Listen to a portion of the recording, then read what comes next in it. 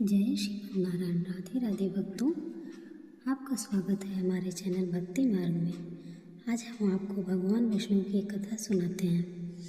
यह कहानी एक छोटे से गांव की है जहां सविता अपने भाई पति शेखर और अपने 5 साल के बेटे अजय के साथ एक किराए के घर में रहती थी। शेखर अपाहिज था और वह कोई काम नहीं करता था।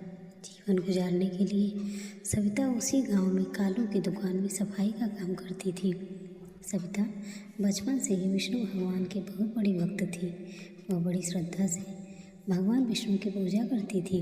जब भी उसके जीवन में कोई समस्या होती तो वह भगवान विष्णु के सामने हाथ जोड़ लेती, अपनी परेशानी जाहिर करती। तब जाकर उसके मन को शांति मिलती। एक दिन सविता कालू की दुकान पर काम कर रही थी। तभी वहाँ सविता की पड़ोसन सुरेखा आई। अरे कालू भाई, मुझे 2 किलो चने का दाल देना। अरे सुनो सविता बहन, क्या तुम सुरेखा बहन को दाल तोड़ कर दे सकती हो? मैं थोड़ा कल के माल का हिसाब कर लूँ। जी मालिक, अभी देती हूँ। सविता सुरेखा को दाल तोड़ कर देती है। क्या सविता, तुम्हारे दिन कैसे आ गए ना कि तुम्हें एक मामूली सी दुकान में सफाई का काम करना पड़ रहा है। यहाँ काम करने के तुम्हें 50 या 100 से ज़्यादा तो मिलते नहीं होंगे ना सुरेखा बहन। मुझे अपने विष्णु भगवान पर पूरा भरोसा है और जो काम मैं यहाँ करती हूँ उससे मुझे कोई आपत्ति नहीं है। और हाँ, वैसे भी मुझे इतने पैसे तो मिल ही जाते हैं कि मैं अपने परिवार के लिए 2 समय का भोजन की व्यवस्था कर सकूँ। हाँ, चल ये ले, अब पैसे काट के डाल के। और हाँ, ध्यान रहे 500 का नोट रहे, देख ले अच्छी तरह से। ऐसे ही होता है 500 का नोट, गरीब कहेगी। अरे मालिक जी, आप सविता बहन को पैसे वापस कर दे दीजिए। अरे सविता, गल्ला वही है तो रखा है, उसी में से दे देना। पैसे निकाल कर कालू का पैसों का गल्ला वहीं पास में ही रखा था। सविता जैसे ही गल्ले के पैसे निकालने लगी तभी सुरेखा ने पीछे रखी एक चॉकलेट सविता से मांग ली। सविता ने जैसे ही पीछे मुड़कर देखा तभी सुरेखा ने अपना हाथ डालकर कालू के गले का बंडल निकाला और जल्दी से अपनी साड़ी के पल्लू में छिपा दिया। यह लीजिए सुरेखा बहन। सविता ने सुरेखा के बाकी के पैसे और चॉकलेट दी और उसके बाद सुरेखा वहाँ से निकलकर पास के ही दीवार के आड़ में छुप गई। अब आएगा मज़ा। बड़ी बातें बना रही थी ना, अब देख मैं तुझे कैसे चोरी के इल्ज़ाम में फंसाकर इस दुकान से हमेशा के लिए निकलवाती हूँ। फिर देखती हूँ तू कैसे अपने परिवार का पेट भरती है। तभी कालू अपने गले के पास आया और गले में जब पैसे गायब देखे तो वह ज़ोर से चिल्लाने लगा। कालू की आवाज़ सुनकर सुरेखा भी वहाँ आ गई। अरे क्या हुआ कालू भैया, आप इतने ज़ोर से क्यों चिल्ला रहे हो? अरे सविता बहन, गले में पैसे रखे थे, न जाने कहाँ चले गए। अभी तो मैंने 500 नोटों का बंडल रखा था, इसमें अब पैसे कहीं दिख नहीं रहे। मालिक, मुझे नहीं पता, मैंने तो केवल सुरेखा बहन को उस गले से छुट्टे पैसे दिए थे, मैंने पैसे नहीं निकाले गले से। अरे तूने नहीं निकाले तो कहाँ चले गए? तेरे सिवा भी कोई आया भी तो नहीं गले के पास? सीधी तरीके से पैसे निकाल दे सविता बहन। अरे कालू भाई, इस तरह की गरीब औरतों को मैं बहुत अच्छे से जानती हूँ। ये पहले दुकान में काम करने के इरादे से अंदर घुसती हैं और फिर धीरे धीरे करके चोरी करना शुरू कर देती हैं। आप चिंता मत कीजिए, मैं अभी इसकी तलाशी लेती हूँ। सुरेखा सविता के पास आई और उसकी तलाशी लेने लगी। तभी सुरेखा ने चुपके से अपने पल्लू में से 500 के नोटों का बंडल निकालकर सविता के साड़ी के पल्लू में छिपा दिया और झट से वही बंडल निकालकर कालू को दिखाया। हाँ, यह देख लीजिए कालू भाई, यह रहे आपके 500। इस सविता के पीछे अपनी साड़ी के पल्लू में छिपा रखे थे। यह सब क्या है सविता बहन? मैंने तुझे गरीब समझकर अपनी दुकान में काम करने दिया और मेरी ही दुकान में चोरी कर रही है तुम? अरे तूने अब तक न जाने कितनी चोरियाँ की होगी मेरी दुकान से। नहीं मालिक, मैंने यह पैसे नहीं चुराए, मैंने आज तक आपकी दुकान से कुछ नहीं चुराया, मेरा विश्वास कीजिए, मैंने नहीं चुराए ये पैसे। कालू ने सविता की एक नहीं सुनी और उसे धक्के देकर वहाँ से निकाल दिया। सविता गिड़गिड़ा रही, रोती रही, अपनी बेगुनाही साबित करती रही, लेकिन कालू ने एक नहीं सुनी। सविता रोते रोते अपने घर पहुँची और अपने पति और बेटे को सारी बात बताई। सविता रोज़ काम की तलाश में घूमती रही पर खालू ने सविता के बारे में पूरे गांव वालों को बता दिया था, इसलिए सविता को कोई भी काम नहीं दे रहा था। सविता काफ़ी परेशान हो गई। उसके भूखे मरने की आ गई। अब हमारा घर क्या होगा सविता? तुम्हें इस गांव में कोई काम देने को तैयार नहीं। अब हम क्या खाएंगे सविता? हमारा जीवन कैसे चलेगा? भगवान विष्णु, आप तो सारी बात जानते हैं ना कि मैं उस दुकान में चोरी नहीं की, फिर भी मुझे उस चोरी के आरोप में दोषी करार दिया गया। अब मैं क्या करूं भगवान? मेरे घर में अन्न का एक दाना नहीं है।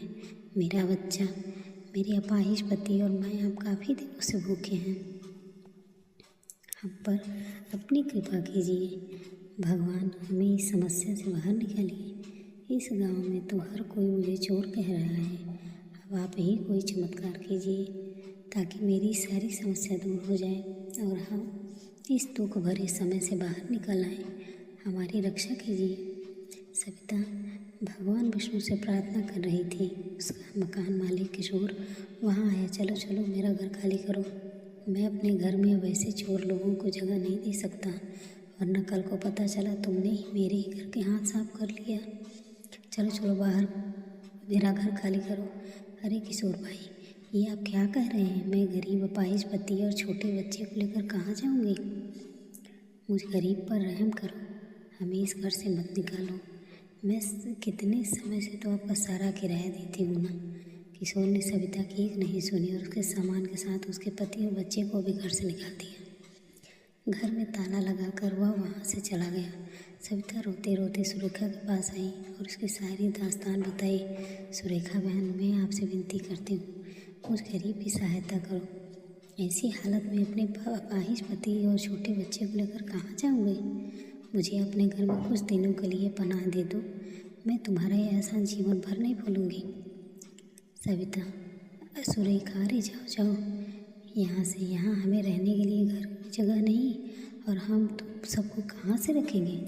भला जाओ, कहीं और जाओ, जाकर सहायता मांगो। सविता उदास होकर दूसरे घर जाने लगी। तभी शेखर ने कहा, नहीं सविता, अब किसी और के घर मत जाओ। इस समय कोई हमारी सहायता नहीं करेगा। देखो, अब रात भी होने को आई। हम यहीं अपने घर के बाहर सड़क पर सो जाते हैं। सवेरा होते ही हम तीनों इस गांव से दूर चले जाएंगे। रात को वह तीनों वहीं घर के बाहर सड़क पर सो गए। तभी सविता के सपने भगवान विष्णु ने दर्शन दिए। सविता, मेरी पुत्री, अब तुम्हें चिंता करने की कोई आवश्यकता नहीं। इस गांव के बाहर एक दरिया है। कल सुबह अपने बेटे और पति को लेकर उस दरिया के पास जाना। वहाँ पर तुम्हें एक सुंदर सा घर दिखाई देगा। अब से तुम्हें वही तुम्हारा घर है। तुम उस घर में अपने परिवार के साथ सदा सुखी रहोगी। सुबह सविता की आँख खोली तो उसने अपने पति को अपना स्वप्न के बारे में बताया और परिवार के साथ दरिया के पास चली गई, जहाँ सच में एक सुंदर सा घर था। सविता उस घर में गई तो वहाँ सोने के सिक्के देखकर सविता और शेखर बहुत खुश हुए। अरे अरे सविता, यहाँ देखो कितना सारा खजाना। यह सोने के सिक्के, यहाँ हमारे भगवान विष्णु जी की कृपा है। देखिए, उन्होंने मेरी प्रार्थना सुन ली और हमें आशीर्वाद के रूप में इतना सब दे दिया। सविता और शेखर ने भगवान विष्णु जी की पूरी श्रद्धा से पूजा की और उस घर में खुशी खुशी रहने लगे। एक दिन शेखर दरिया के पास बैठा सोने के सिक्के गिन रहा था। तभी वहाँ कुछ डाकू आ गए और शेखर के पास इतने सोने के सिक्के देखकर हक्का बक्का रह गए। शेखर ने डाकुओं को देखकर वह सोने के सिक्के उठाए और तेजी से अपने घर की तरफ भागा। वो सारे डाकू भी शेखर के पीछे पीछे भागे। तभी शेखर तेजी से घर में घुस गया और जोर से हाँफने लगा। इधर सारे डाकू हैरान हो गए, आखिर शेखर कहाँ गया? कहाँ? क्योंकि वह घर केवल सविता और उसके परिवार वालों को ही दिखाई देता था और किसी को नहीं। क्या हुआ जी, आप इतना काँप क्यों रहे हैं? सविता, मेरे पीछे डाकू पड़े हैं। क्या? डाकू कहाँ? डाकू? दोनों अपने घर की खिड़की से उन डाकुओं को देखते रहे। अरे कहाँ गायब हो गया? वह यहाँ ना कोई घर है ना कोई ऐसी जगह, फिर अचानक खुले मैदान में कैसे वह गायब हो गया? चलो उसे आगे ढूंढते हैं। यह क्या बोल रहा है सविता? इन लोगों को हमारा इतना बड़ा घर दिखाई नहीं दे रहा, ये कैसे हो सकता है? जी, यही तो भगवान विष्णु का चमत्कार है। खाक नहीं, यह घर केवल हमें दिखाई देगा और किसी को नहीं। अब हमारा यह धन कभी चोरी नहीं हो सकता। यह भगवान की कृपा है हम पर। शेखर हाथ जोड़कर भगवान विष्णु जी का धन्यवाद करता है। उसके बाद दोनों पति पत्नी प्रतिदिन भगवान विष्णु की पूजा करने लगे और खुशी खुशी अपना जीवन गुजारने लगे। विष्णु भगवान की जय। जय श्रीमन नारायण। राधे राधे भक्तों।